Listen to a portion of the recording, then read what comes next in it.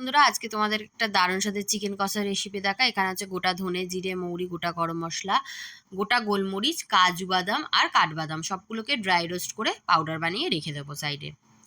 এরপরে কড়াইতে একটা পেঁয়াজ দিয়ে দেখবো তেলটা গরম হয়েছে কিনা। তেলটা যখন গরম হয়ে যাবে তার মধ্যে আমি অ্যাড করে দেবো পেঁয়াজ কুচি। আমি আজকে 700 গ্রাম মতো চিকেন রান্না করব, তো তার জন্য দিয়েছি 4টে বড় বড় সাইজের পেঁয়াজ কুচিয়ে, একটা মিডিয়াম সাইজের টমেটো কুচি আর আদা রসুন বাটা 2 চামচ করে দিয়ে দিয়েছি।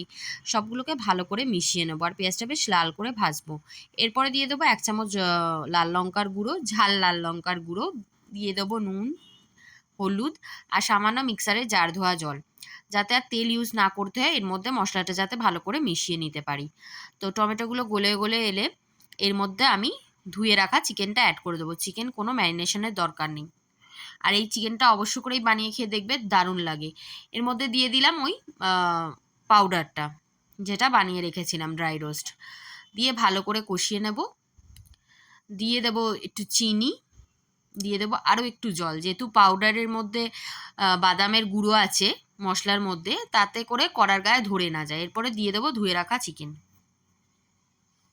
চিকেনটা দিয়ে ভালো করে নেড়ে ছেড়ে নেব।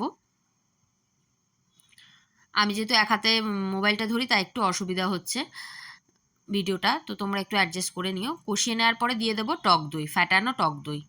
এখনও জল ইউজ করিনি। সবগুলোকে ভালো করে কষিয়ে মিশিয়ে নেব।